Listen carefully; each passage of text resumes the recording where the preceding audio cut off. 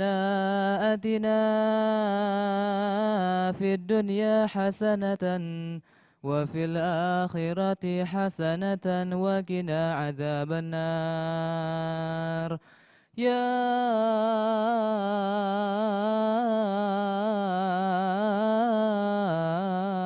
هو أهلا وسهلا بالحبيب الواصل من بعد ما نامت عيون العاذل أحييتني بالقرب منك وباللقاء من بعد موتي بالبعاد القاتل يا من هواه وحبه ووداده سكن سويدا من فؤاد الداخل أنت المراد وأنت غاية مطلبي من كل عال في الوجود وسافلي راح اسم روحي صبوة وصبابة بجمالك الفرد البعيد الكامل فغدوت من بين الأنام مدلها ومولحا في حال صب ذاهل ذهبت به سكرات من كأس الهنا والأنس لا من كأس خمر الباطل فتراه فان عن عوالم حسه لا يستفيك لقول ضد عاذل فاشرب شراب العارفين الأولياء الجامعين لكل وصف فاضل واخضع لساكيهم وكتب مدارهم وإمام سالك سبلهم والواصلين غوث البرية كلها ومغيثها عن إذن سيده الملك العادل إن شئت تعرفه وتعلم وصفه بطريقة الإجمال فاسمع سائلي هو سيد متواضع متخشع ورع تكي زاهد في العاجل الشرع سيرته الحقيقة حاله ومن العبودة بالمقام الحافل بر رحيم بالخلائق كلهم يرعى الوجود بعين لطف شامل يمتد من بهر البحور محيطها خير الأنام بعاجل وبآجل يمتد من بحر البحور محيطها خير الأنام بعاجل وبآجل صلى عليه الله ما هب الصبا أو سار حاد كسده وبراحل والحمد لله رب العالمين.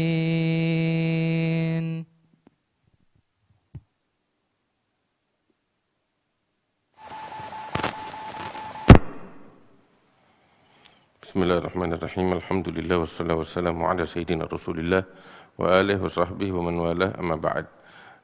Pembahasan kita kali ini tentang pentingnya mengetahui tarikh ruwah. Apa itu tarikh ruwah? Tanggal, penanggalan para periwayat hadis. Penanggalan dari segi apa? Kapan lahirnya, kapan wafatnya. Enggak cuma itu, bahkan penanggalan dari segi perjalanan mereka. Mereka melakukan perjalanan ke sini, kapan tanggalnya. Begitu. Kapan tahunnya, kapan bulannya. Begitu. Dari umur mereka juga. Itu sangat penting. Dan manfaatnya besar sekali. Sebab itu merupakan salah satu bukti yang sangat kuat atas klaim, ya, klaim pernyataan dia berjumpa dengan periwayat yang lain. Ya, itu salah satu bukti. Sehingga seperti yang selama ini kita pelajarin, bagaimana dia bisa menyatakan bahwasanya haddatsani fulan, telah memberitahukan kepada saya si fulan. Sedangkan ketika diperiksa dari penanggalan, fulan wafat sebelum dia lahir. Itu enggak mungkin. Berarti di sini ada masalah. Begitu. Kalau dia menyatakan secara terang-terangan haddatsana, ketahuan bohongnya. Iya kan? Tapi kalau hanya sekedar menggunakan kalimat an atau anna fulan qala atau qala fulan, nah ini masih nyaru. Ya kan? Berarti ada yang enggak disebut periwayatnya, gitu dan seterusnya. Nah, dari sini ketahuan. Contoh lagi lain. Perjalanan, dia bilang saya berjumpa dengan si fulan. Ya, perjumpaan di mana? Si fulan negerinya di sini, si fulan negerinya di sini. Gitu. Ditelusurin betul satu masa, tapi berjumpanya di mana? Dia bilang saya berjumpa di, katakan di Mesir. Taim. Dicari tahu perjalanan ke Mesir. Ya, berarti ini ada perjalanan ke Mesir antara keduanya, perjumpaan di Mesir. Diterusin, oh betul, si muhaddits melakukan perjalanan ke Mesir.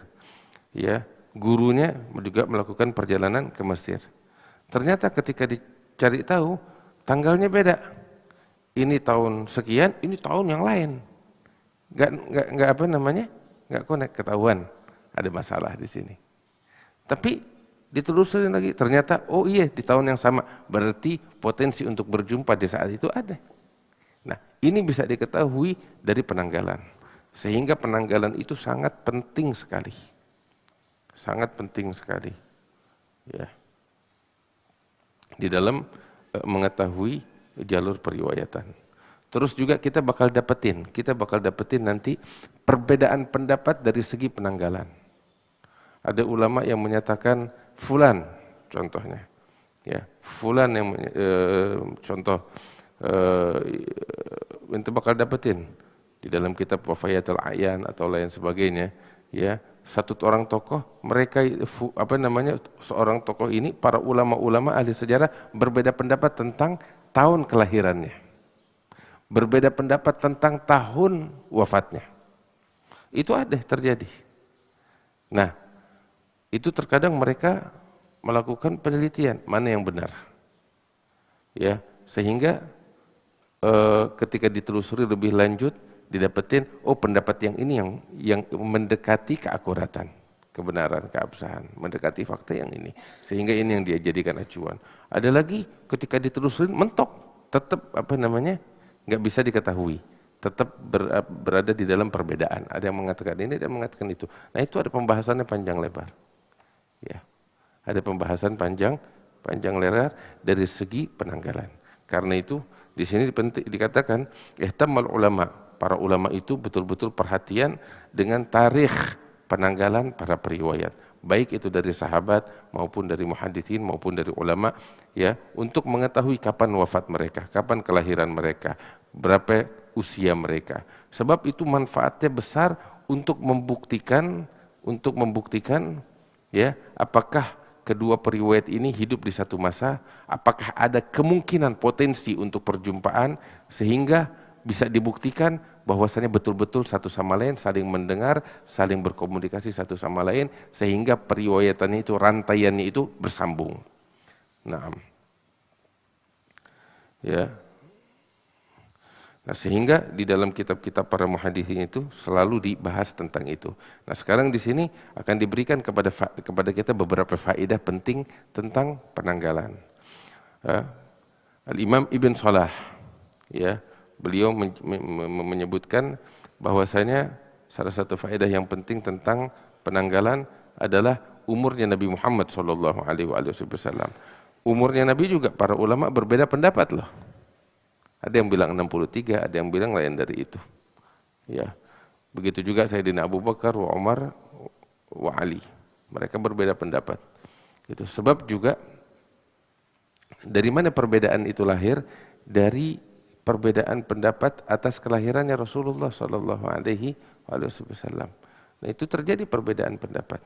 Namun pendapat yang sahih atau yang terkuat, umurnya Nabi SAW dan Abu Bakar dan Umar ketika wafat adalah 63 tahun Gomariyah.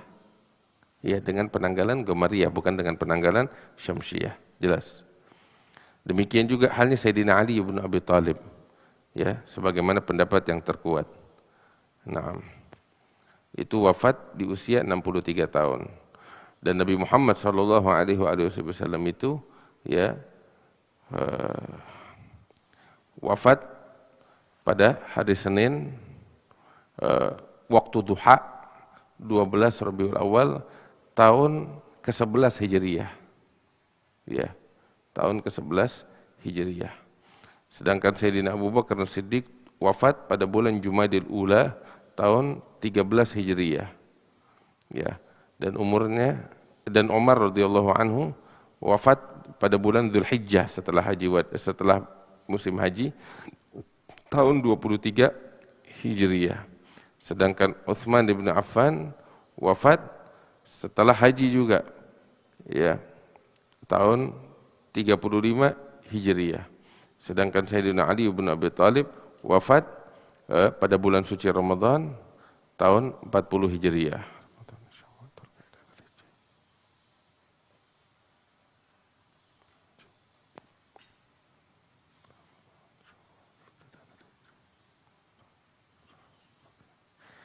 Nah,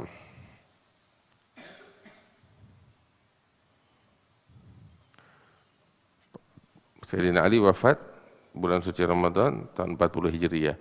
Di sini menarik, Nabi SAW wafat di bulan Rabiul Awal, iya kan? Menarik di sini.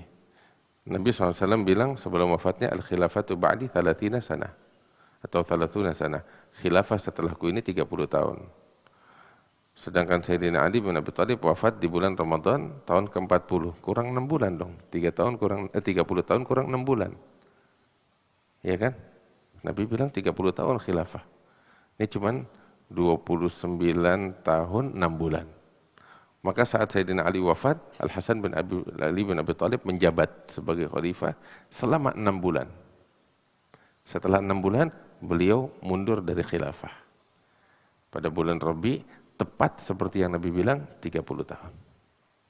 Tepat 30 tahun dengan Sayyidina Hasan melepaskan khilafah. Nah, kemudian ini faedah yang lain juga. 2 orang dari sahabat, ya, hidup di masa jahiliyah 60 tahun dan di masa keislaman 60 tahun. Jadi totalnya itu usianya dia 120 tahun. Siapa itu? Ya, keduanya wafat di Madinah tahun 54 Hijriyah. Salah satunya Hakim bin Hizam dan yang kedua adalah Hasan bin Thabit. Naam. Hakim bin Hizam lahir di dalam Ka'bah sebelum Amul Fil, sebelum tahun gajah 13 tahun. Sedangkan Hasan bin Thabit ibn al-Mundhir bin Haram al-Ansari, ya, beliau juga begitu.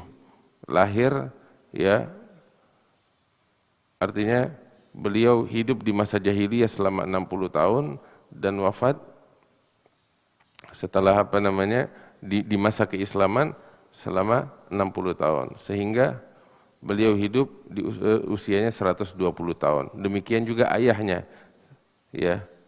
Terus juga kakeknya yang bernama Haraman, ya. Itu usianya 120 tahun. Nah, dalam riwayat Hasan bin Thabit wafat tahun 50 Hijriah. Terus juga salah satu yang umurnya panjang itu siapa namanya? Al-Farisi, Salman Al-Farisi juga beliau umurnya panjang. Ya, lebih dari 100 tahun sebagaimana diriwayatkan. Nah, hidup dari sebelum masa kenabian. Dari zaman jahiliyah sampai hidup di masa kenabian sampai hidup di masa khilafah. Salman Al-Farisi. Itu usianya juga panjang. Terus juga di sini ada faedah yang lainnya. Ashabul Madzahib, yaitu Abu Hanifah, Imam Malik, Imam Syafi'i, Imam Ahmad. Mereka ini adalah orang-orang mulia, orang-orang besar. Ya, Abu Hanifah namanya Nu'man bin Thabit. Beliau wafat tahun 150 Hijriah di Baghdad dengan usia 70 tahun. Ya. Sebagaimana Imam Malik bin Anas wafat tahun 179 Hijriah di Madinah. Adapun mereka berbeda pendapat pada tahun kelahirannya. Ada yang bilang tahun 93 Hijriah, ada yang bilang tahun 94 Hijriah. Adapun Al-Imam Syafi'i, beliau lahir di tahun wafatnya Al-Imam Abu Hanifah.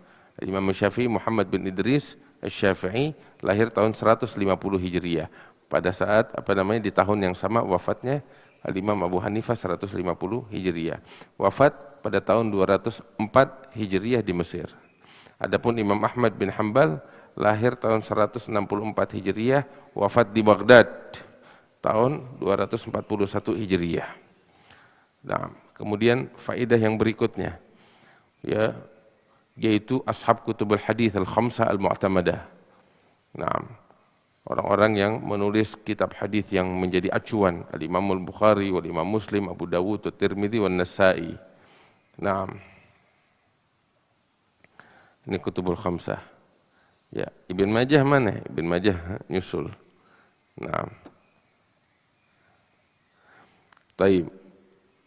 Al-Bukhari, beliau lahir tahun 194 Hijriah. Ya. Lahir tahun 194 Hijriah. Wafat di Khartank tahun 256 Hijriah. Usianya 62 tahun. Saat wafat. Al-Imam Muslim wafat tahun 261 Hijriah di Naisabur. Ya. Wafat tahun 261 Hijriah di Naisabur, usianya 55 tahun. Masya Allah, belum tua banget. Al-Imam Abu Dawud wafat di Basrah tahun 275 Hijriah. Al-Imam At-Tirmidzi wafat tahun 279 Hijriah di Tirmidz. Wan-Nasa'i wafat tahun 303 Hijriah. Nah, ini mengetahui tahun ini, tahun-tahun wafat dan kelahiran mereka sangat penting. Harus kita hafal itu. Ya. Terus faedah yang kelima, tujuh orang daripada huffaz. Ya, mereka itu 7 orang ini dikenal karya tulisnya yang betul-betul bagus dan bermanfaat. Siapa itu? Al-Imam Ad-Daruqutni, Wal-Imam Al-Hakim, ya, dan lain-lainnya. Ya. Al-Imam Ad-Daruqutni, yaitu Abul Hasan Ali bin Umar Ad-Daruqutni Al-Baghdadi, lahir tahun 306 Hijriah, wafat di Baghdad tahun 385 Hijriah. Adapun Al-Imam Al-Hakim Abu Abdullah Muhammad ibn Al-Bayy', beliau lahir tahun 321 Hijriah dan wafat di Naisabur tahun 405 Hijriah. Adapun Al-Imam Abu Muhammad Abdul Ghani bin Sa'id Al-Azdi, ya, beliau seorang hafidh di Mesir, lahir tahun 332 Hijriah, wafat tahun 409 Hijriah di Mesir. Adapun Al-Imam Abu Nuaim Ahmad bin Abdullah Al-Asfahani, ya, beliau lahir tahun 334 Hijriah, wafat tahun 430 Hijriah di Asbahan. Nah, terus juga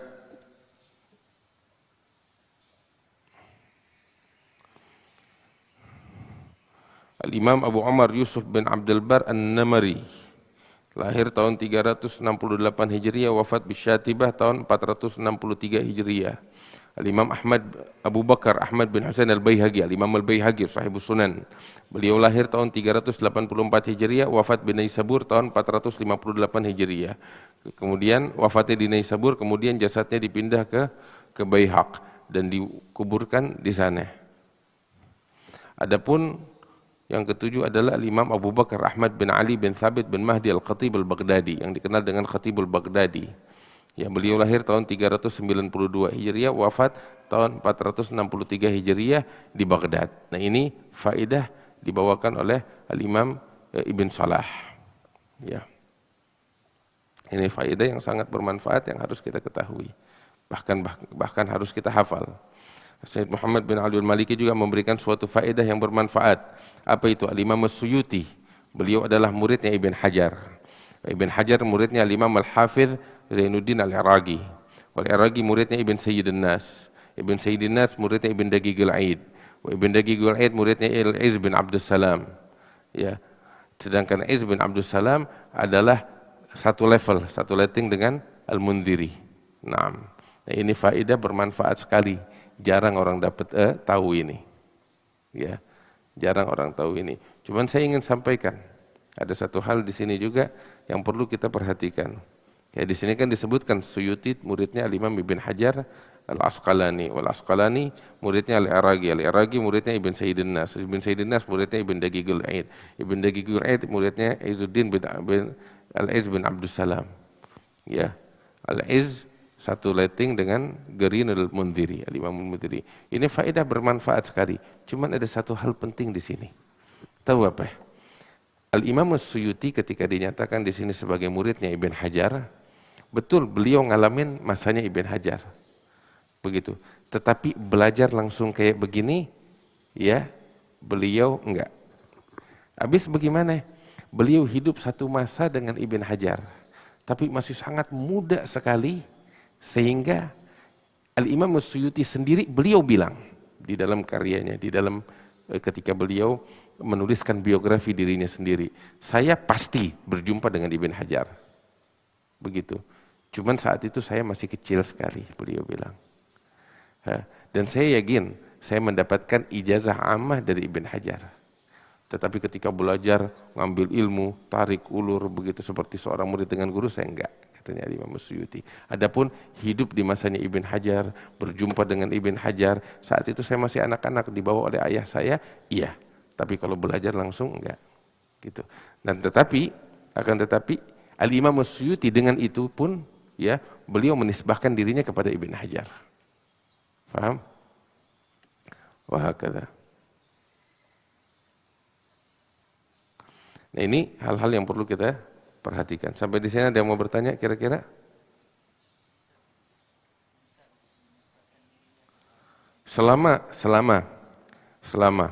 satu, dia hidup satu masa. Ya. Terus terjalin komunikasi. Ya, antara keduanya. Baik itu komunikasi secara langsung. Ya, yaitu sama atau hadir di majelis, atau ijazah secara khusus, atau bahkan ijazah amali ahli al-asar, nggak ada masalah. Faham? Ya, cuman martabat itu, tahapannya itu, urutannya itu, ya beda-beda kualitasnya. Orang yang duduk lama belajar, ya berbeda dengan orang yang cuma sekedar hadir 1-2 kali. Faham? Orang yang hadir 1-2 kali masih lebih bagus dari cuman yang sekedar dapat ijazah 1 kali. Orang yang dapat ijazah secara khusus masih jauh lebih bagus daripada yang dapat ijazah secara umum. Begitu. Tetapi itu semua adalah tali penghubung antara kedua periwayat yang berbeda, kedua periwayat itu. Jelas. Itu cukup. Tetapi ya kualitasnya berbeda, nggak sama. Jelas. Taib.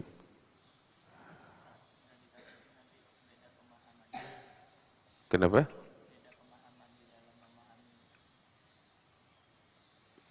Di sini kan al-madar ala riwayah, bukan alal faham. Tumpuannya acuannya kepada periwayatan.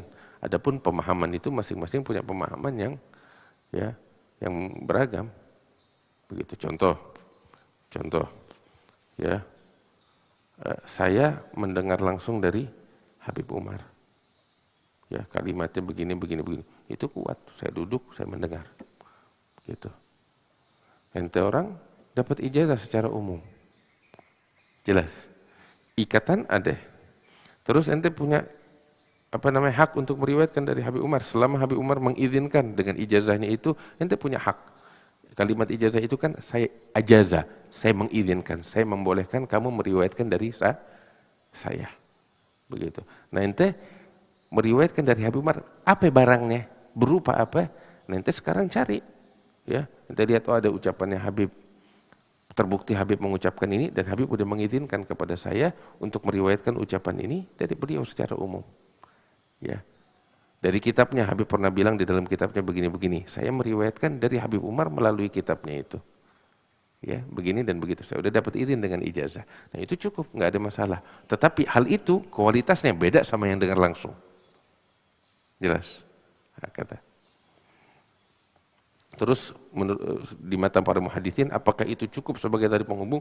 Cukup. Orang udah dapat ijazah diizinkan oleh gurunya. Seperti saya bilang sama Habibie, saya punya karya tulis, ya, udah saya tulis, ini pegang karya tulis, terserah, ente punya hak untuk meriwayatkan karya ini dari saya ijazahkan. Punya hak gak seperti itu? Walaupun ente nggak dengar langsung, tapi ente baca karyanya aneh, yang aneh udah izinkan kepada ente untuk meriwayatkannya dari aneh. Gitu. Beda sama yang baca langsung sama saya, atau saya bacakan kepadanya langsung, beda. Ya kan? Gitu. Tapi ada lagi yang mau bertanya? Cukup? Kita lanjut ke pembahasan yang berikutnya. Ini pembahasan yang berikutnya juga nggak kalah pentingnya, yaitu ma'rifatus sahabah, tentang para sahabat. Ya, sahabat juga seperti tadi saya katakan, ada yang mulazamah sama Rasulullah dari sejak awal sampai wafatnya Rasulullah, seperti Sayyidina Abu Bakar. Ya, dari sejak awal, seperti Sayyidina Ali dari sejak awal. Ya, seperti Sayyidina Abdullah bin Mas'ud, ya, Zaid bin Harithah, itu dari sejak awal. Ya, berlalu setelah itu beberapa tahun Umar bin Khattab, 6 tahun setelah kenabian datang. Juga begitu.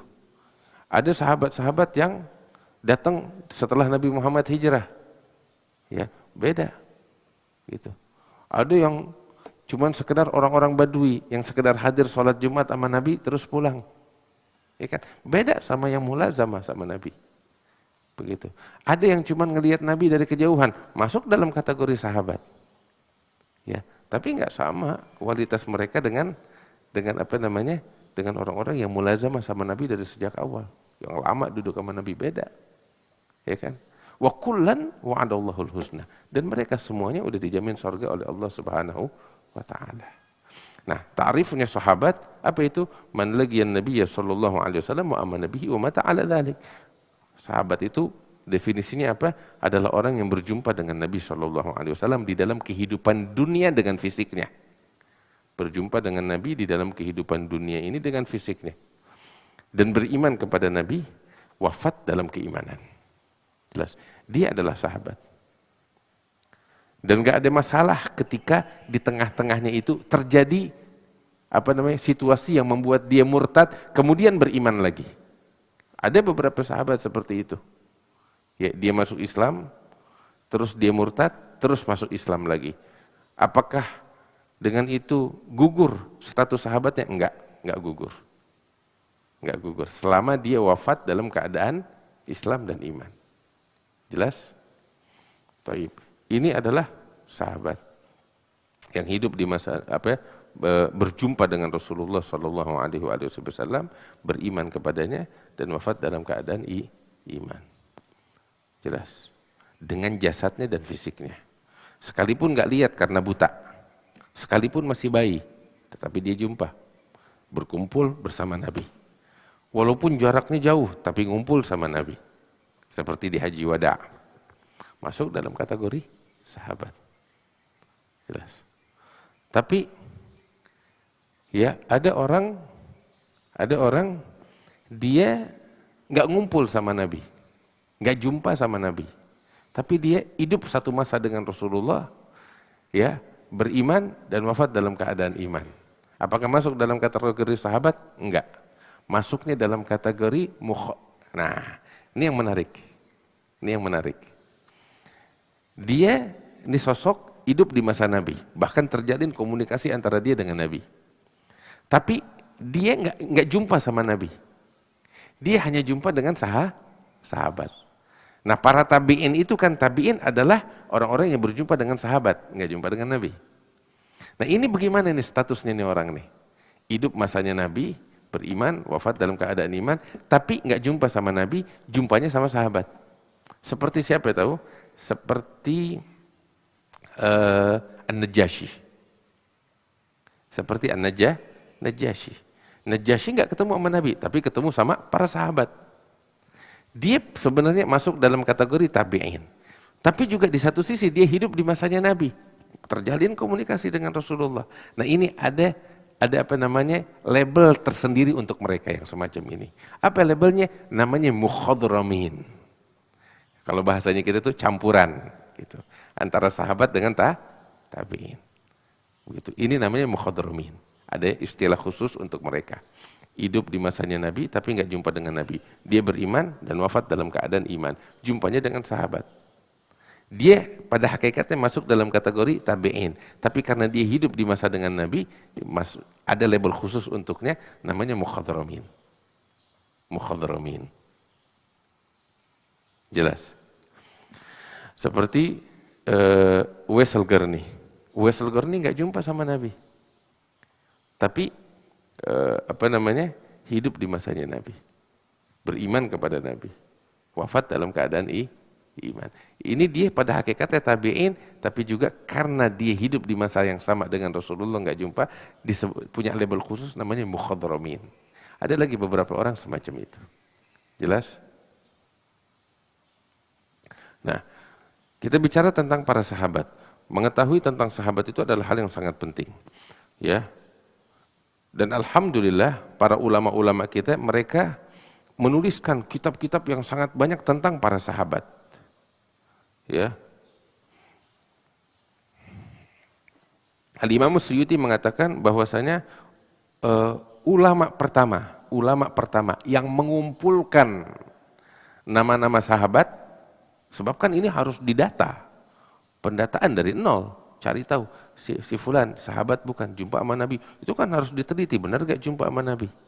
Oh, jumpa terbukti, dari tulis fulan sahabat, cari lagi dan begitu. Itu perlu proses panjang. Kita sekarang udah enak tahu, tapi di masa-masa awal pendataan para sahabat itu, ya itu nggak mudah. Al-Imam Suyuti bilang orang pertama yang mendata nama-nama sahabat, kata Imam Suyuti, adalah Al-Imam Al-Bukhari.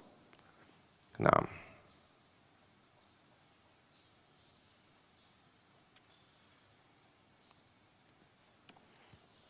Al-Imam Al-Bukhari. Nah, Sayyid Muhammad Al-Maliki bilang maksudnya Al-Imam Suyuti di sini adalah bukan orang, artinya sebenarnya bukan Imam Bukhari. Yang mendata sahabat itu dari sebelum Bukhari banyak. Tapi yang dimaksud oleh Al-Imam Suyuti Bukhari sebagai yang pertama, artinya mendata khusus sahabat tanpa ada orang lain. Itu Al-Bukhari pertama. Adapun sebelum Imam Al-Bukhari, sahabat-sahabat Nabi itu didata. Cuman kadang di dalam kitab mereka yang mendata nama-nama sahabat itu tercampur dengan nama-nama tabi'in atau nama orang-orang yang lain yang bukan dari golongan sahabat. Tapi data khusus tentang tabi'in, tentang sahabat, yang pertama mendatanya secara khusus di dalam satu karya adalah Imam Al-Bukhari. Nah, adapun sebelum Bukhari yang mendata para sahabat tapi bercampur dengan selain sahabat adalah banyak, di antaranya Ibn Sa'ad. Ya, beliau di dalam Tabaqatul Kubra, beliau mencatat di situ biografi para sahabat. Tetapi dalam Tabaqatul Kubra bukan hanya para sahabat, masuk di situ orang-orang setelah para sahabat. Nah, terus juga di antara orang-orang ulama-ulama besar yang menulis tentang para sahabat adalah Imam Ibnu Hibban, Ibnu Mandah, Abu Musa Al-Madini, Abu Nuaim, Imam Al-Askari, Ibnu Fathun, dan banyak lagi. Dan di antara kitab-kitab yang dicetak, ya, tentang para sahabat adalah Kitabul Isti'ab li Ibn Abdul Bar. Ya, Isti'ab fi Ma'rifatul Ashab, Usdul Ghabah fi Ma'rifatus Sahabah li Ibn Al-Athir. Ya, mukhtasarnya juga ringkasannya yang berjudul Tajridu Asma'is Sahabah lil Imam Adz-Dzahabi, Kitab Al-Isabah fi Tamyizis Sahabah karya Imam Ibn Hajar Al-Asqalani. Dan karya Ibn Hajar ini merupakan karya yang paling baik dari semuanya. Begitu, sebab dia itu betul-betul menggabungkan dari karya-karya ulama yang sebelumnya, terus betul-betul dirapihkan, dibersihkan dari hal-hal yang nggak seharusnya masuk di situ. Nah, itu ada 8 jilid. Nah, beberapa ulama atau Al-Imam Ibn Hajar sendiri menyatakan bahwasannya dia menulis karya itu, 8 jilid itu sekitar 40 tahun menulisnya. Pelan-pelan ditulis, dikumpulkan dari sini, cari ditelusurin dari sini. Nah, terus draftnya itu, musawwadat itu artinya draft daripada kitab Al-Isabah karya Ibn Hajar itu menuliskan draftnya itu sampai 3 kali ditulis draftnya, sampai lahirlah ini kitab dengan bentuk yang sempurna. Jelas. Nah, ini beberapa kitab-kitab yang menyebutkan tentang para sahabat Rasulullah ridwanullah anhum ajma'in. Terus juga perlu kita ketahui bahwasanya para sahabat mereka adalah orang-orang yang ashabul adalah, bersifat adalah. Seluruh dari mereka. Ya. Dan yang dimaksud dengan adalatus sahabat ini, satu hal perlu kita ketahui, sahabat itu manusia atau malaikat ya? Mereka manusia. Ya, mereka maksum atau tidak? Hah? Mereka bukan maksum. Mereka bikin maksiat. Ente kalau baca sejarahnya sahabat, bahkan ketika mereka hidup di Madinah bersama Nabi Muhammad, nggak sedikit dari mereka yang melakukan kemaksiatan. Ada beberapa dari mereka yang berzina. Ya, ketika terbukti perzinaan, diberikan hukuman oleh Nabi Muhammad SAW. Beberapa dari mereka yang mencuri di masa hidupnya Nabi Muhammad. Ya, saya bicara semacam ini supaya kita tahu para sahabat bukan malaikat, bukan nabi, mereka manusia yang melakukan kesalahan layaknya manusia. Yang satu ribut dengan yang lain, yang satu berselisih dengan yang lain, yang satu bertikai dengan yang lain. Itu mereka manusia. Ya, tetapi sifat manusianya mereka enggak menghilangkan martabat agung mereka sebagai sahabat. Jelas. Terus juga yang berikutnya yang perlu kita ketahui, ketika mereka terjerumus di dalam kemaksiatan, mereka langsung bertobat. Dan ini kita akan dapatin di dalam sejarah kehidupan mereka demikian. Terus juga yang perlu kita ketahui, setelah ditelusuri panjang lebar, tidak didapati dari mereka yang berdusta. Nah, ini yang paling penting kan di dalam riwayat. Jelas. Sebab mereka dididik dari sejak awal oleh Rasulullah SAW, dusta itu, wow, itu yang besar. Dan gak ada kita dapetin para sahabat mengucapkan kalimat dusta, apalagi membawa sesuatu dari Rasulullah dusta. Itu ditelusurin gak ada. Sebagaimana nanti di sini disebutkan oleh Sayyid Muhammad bin Ali al-Maliki. Ya. Bakal kita dapetin di sini. Nah. Ya.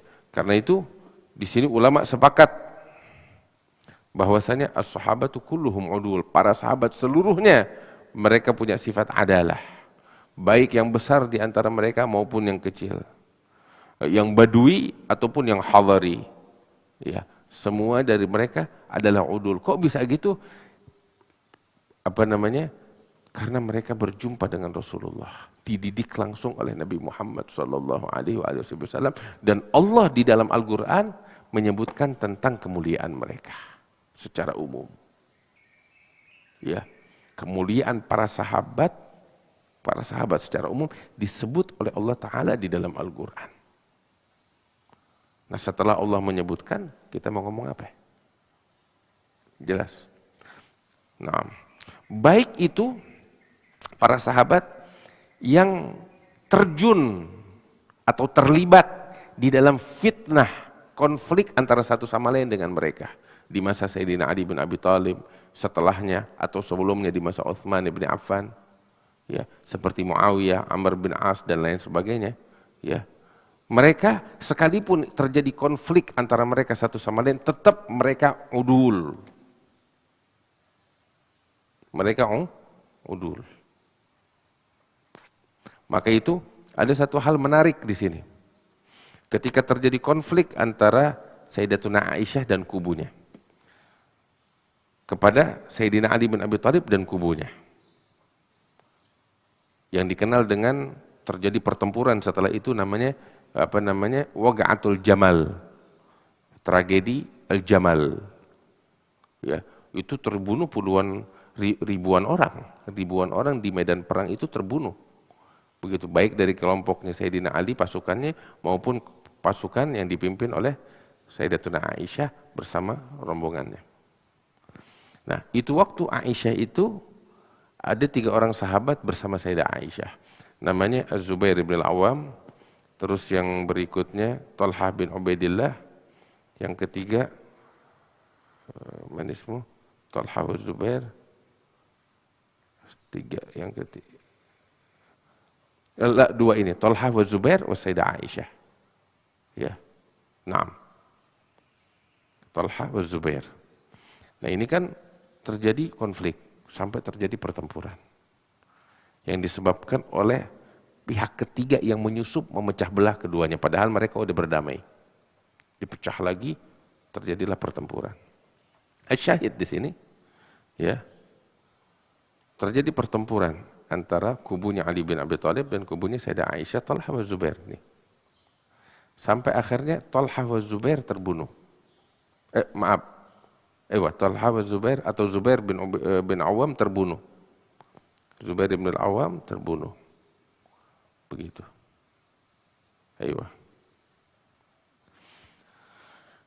Yang membunuh Az-Zubair adalah salah satu dari pasukannya Ali bin Abi Thalib. Ini saya pengen kasih tahu, ya.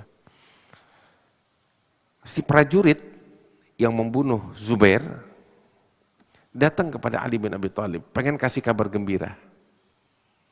Sebab nih, mereka mengira bahwasanya pertempuran ini seperti pertempuran yang lain.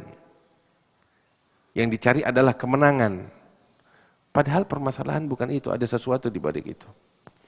Datang nih si prajurit ketika berhasil membunuh Zubair, ya, datang kepada Ali bin Abi Thalib. Dia bilang, "Ya Amirul Mukminin, ubasyiruk." Ya. Bigatli Az-Zubair. Aku ingin memberikan kabar gembira kepadamu, wahai Amirul Mukminin, aku telah membunuh Zubair. Dikira Ali bin Abi Thalib bakal senang karena musuhnya ini di medan perang Zubair berhasil dikalahkan, dibunuh. Ali bin Abi Thalib dengar gitu bilang, kalau gitu ana ubasyiruk, saya juga mau kasih kabar gembira kepadamu dari Rasulullah sallallahu alaihi wasallam yang mengatakan kepada saya, basyir qatil Zubair binar. Berikan kabar gembira kepada yang membunuh Zubair bahwa dia tempatnya di neraka. Maksudnya si pembunuh ini. Kaget dia. Artinya apa? Sehingga ketika setelah kejadian itu Sayyidina Ali nangis. Dia bilang, saya dan Zubair dulu tuh teman dekat. Nggak seharusnya dia terbunuh. Cuman mau bagaimana, qada dan qadarnya Allah Subhanahu wa taala, konflik yang terjadi. Dan di medan perang itu, ketika terjadi pertempuran itu, Ali bin Abi Thalib wasiat sama orang-orang terdekatnya, Ummul Mukminin Aisyah, mesti kita itu prioritas utama. Padahal nih pasukan dipimpin oleh Aisyah. Prioritas utama harus dijaga. Sampai itu di tengah-tengah pertempuran itu, ya, yang menjadi ucapan yang selalu terucap, ya, oleh mereka satu sama lain atas bimbingan Ali bin Abi Thalib. Mereka satu sama lain bilang, innaha ummukum wa innaha zauju nabiyyukum fid dunya wal akhirah. Dia adalah ibunya kalian, Ummul Mukminin, dan dia adalah istri nabi kalian di dunia dan di akhirat. Itu di tengah-tengah pertempuran. Ya, padahal ini 2 kubu yang saling bertempur, tapi mereka tetap menjaga Aisyah. Dari situ ente bisa tahu, konflik yang terjadi bukan seperti konflik urusan dunia. Paham? Tetapi demi untuk hal-hal yang lain, pembahasannya panjang nanti di dalam sejarah. Bukan di sini pembahasannya. Tetapi intinya yang ingin kita sampaikan di sini adalah bahwasanya konflik yang terjadi antara para sahabat itu tidak menggugurkan status agung mereka, status mulia mereka sebagai sahabat Nabi Muhammad SAW yang udul, yang memiliki sifat adalah. Nah, itu antara Ali bin Abi Thalib dengan Aisyah, Talha, wa Zubair. Lain lagi juga sama halnya dengan konflik antara Ali bin Abi Thalib dengan Muawiyah dan Amr bin As pada Siffin. Juga sama seperti itu. Ya. Semuanya adalah udul, kita kagak boleh menjamah mereka. Mereka orang-orang mulia di sisi Allah. Konflik yang terjadi antara mereka satu sama lain, urusan mereka dengan Tuhan. Alhamdulillah kita nggak terlibat, maka jangan sampai lidahnya kita juga terlibat. Yang jelas ulama sepakat, dan Allah Ta'ala menyatakan di dalam Al-Quran, wa kullan wa'adallahul husna. Semua dari para sahabat telah dijanjikan oleh Allah sorga. Aneh ente sorganya mana? Udah dijanjiin belum sama Allah? Kalau mereka udah dijanjikan. Ya, wahakata. Nah nanti di sini juga dijelaskan ya, bahwasanya para sahabat mereka baik yang terlibat dengan fitnah, peperangan, ya, atau yang tidak terlibat, mereka semuanya udul, ya, sebab mereka dididik langsung oleh Rasulullah SAW. Mereka betul-betul terbukti di dalam biografi mereka, nggak pernah ada mereka pun berbohong mengatasnamakan Nabi Muhammad SAW. Dan Allah Subhanahu Wa Taala menyatakan bahwasanya mereka orang-orang mulia yang dicintai oleh Allah, diagungkan oleh Allah, dan dijanjikan oleh Allah Subhanahu Wa Taala surga. Nah, dan mereka adalah orang-orang yang berjuang bersama Rasulullah SAW. Dan ini insya Allah dalam pertemuan kita yang berikutnya akan kita bahas panjang lebar. Nah, terus Al-Imam Abu Zur'ah bilang, kalau engkau mendapati seseorang yang meremehkan sahabat, ambil kabar dia adalah zindiq, orang yang sesat. Kenapa? Sebab kita telah membuktikan kebenaran Rasulullah. Kita telah membuktikan kebenaran Al-Quran. Ya. Dan kita telah membuktikan kebenaran agama yang dibawa oleh Nabi Muhammad SAW, sedangkan Rasul menyatakan kemuliaan sahabat. Al-Quran menyatakan kemuliaan sahabat. Begitu. Terus ini agama juga sampai kepada kita melalui jalurnya mereka, para sahabat yang telah dinyatakan kemuliaan mereka oleh Allah Ta'ala di dalam Al-Quran yang telah kita buktikan kebenarannya. Mau apa lagi? Nah, mau apa lagi? Kesaksiannya udah teruji, kesaksian para sahabat. Wallahu ta'ala a'lam bishawab. Nanti bakal disebutkan dalil-dalil adalatus sahabah, baik itu dari Al-Quran, Sunnah maupun Al-Ijma'. Sampai di sini ada yang mau bertanya kira-kira?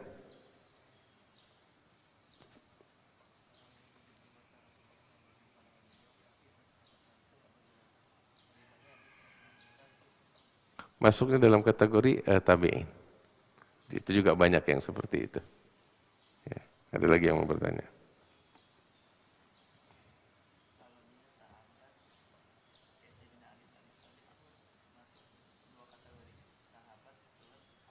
Oh ya, Ahlul Bait sahabat, dua kategori. Fatimah Zahra juga begitu, anak-anaknya Nabi Muhammad yang hidup juga begitu, sahabat dan dan Ahlul Bait. Punya dua kemuliaan. Ya, ada lagi yang bertanya?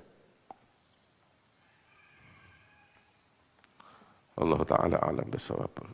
Ada lagi? بالقبول تمام كل شيء رسليشن ظاهر باتنا إلى حضرة النبي محمد صلى الله عليه وسلم الفاتحة.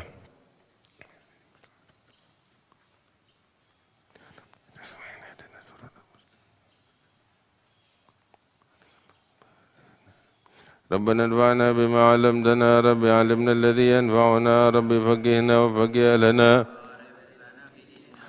كنت وذكر